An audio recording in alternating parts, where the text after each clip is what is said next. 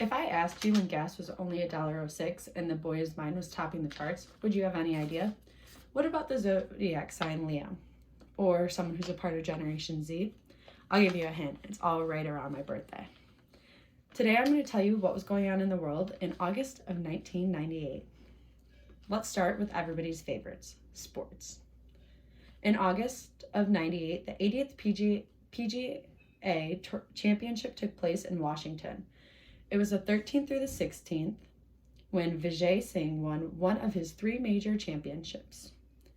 11 of the top 10 were American, 2 were Australians, and the champion himself was from Fiji. And I know that sounds a little off, but in golf there are many ties. On August 2nd, the Curtis Cup, a tournament for women golfers, took place, and the U.S. beat Great Britain and Ireland 10-8.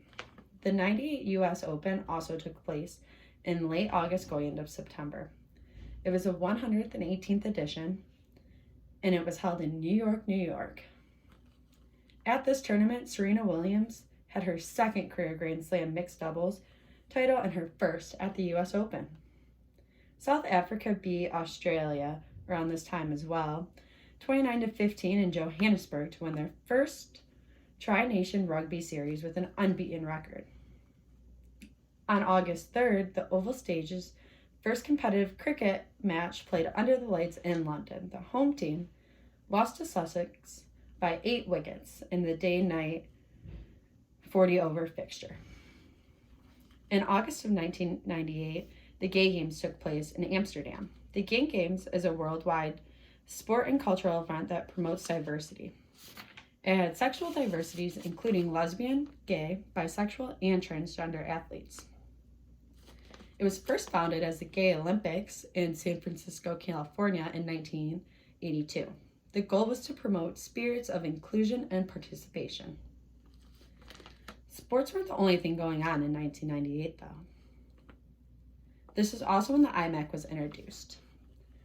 An iMac is an all-in-one Macintosh desktop computer that was built and designed by Apple Inc.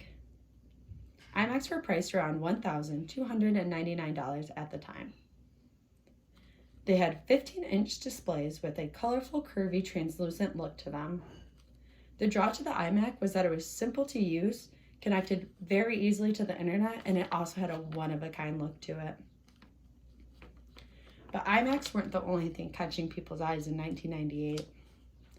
August 17th, Bill Clinton admitted on tape that he had sexual relations with his intern, Monica Lewinsky.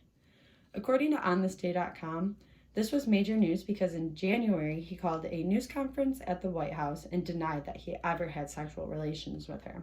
He did not take time to answer any questions when he called this conference meeting. In 95, Lewinsky became his unpaid summer intern. Later that year, she got promoted to a paid position. Between then and March of 1997, she claimed that she had 9 sexual encounters with Clinton. She said that they did not have intercourse, but did partake in sexual acts in the Oval Office.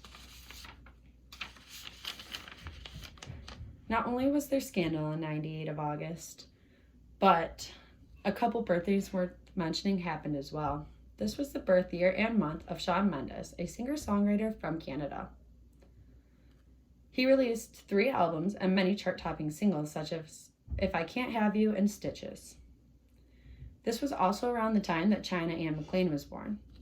China Anne McClain has been in multiple children's movies and shows like Descendants, Ant Farms, Doc McStuffin, and Jonas. But she's also been in a few movies that we might know a little bit better, such as the Tyler Perry movies, Grown Ups, Black Lightning, and so much more.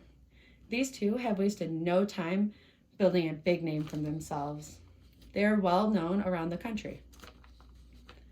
Not only were big stars born, but big stars created magic this year as well. August 25th, the Miss Education of Lauryn Hill was released. It received 5 Grammy Awards, including Album of the Year and Billboard Album of the Year 1998. The Irish boy band Boyzone released their best-selling single, No Matter What, on August 3rd.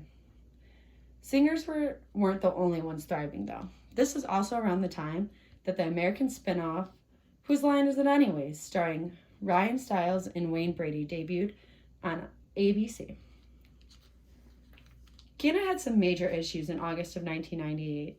Their Supreme Court ruled that Quebec could not secede from Canada and on August 20th, this Canadian Supreme Court explained that there would be punishment legally if Quebec tried to secede without federal government approval. This led to the creation of the Clarity Act. It established the conditions under which the Government of Canada would enter negotiations that might lead to secession after a vote. Although it can be applied to any province, the whole thought behind it was for Quebec. Needless to say, August of 1998 was more than just my birth month. It was full of cheap gas, big scandals, amazing Apple products, celebrity birthdays, and great sports.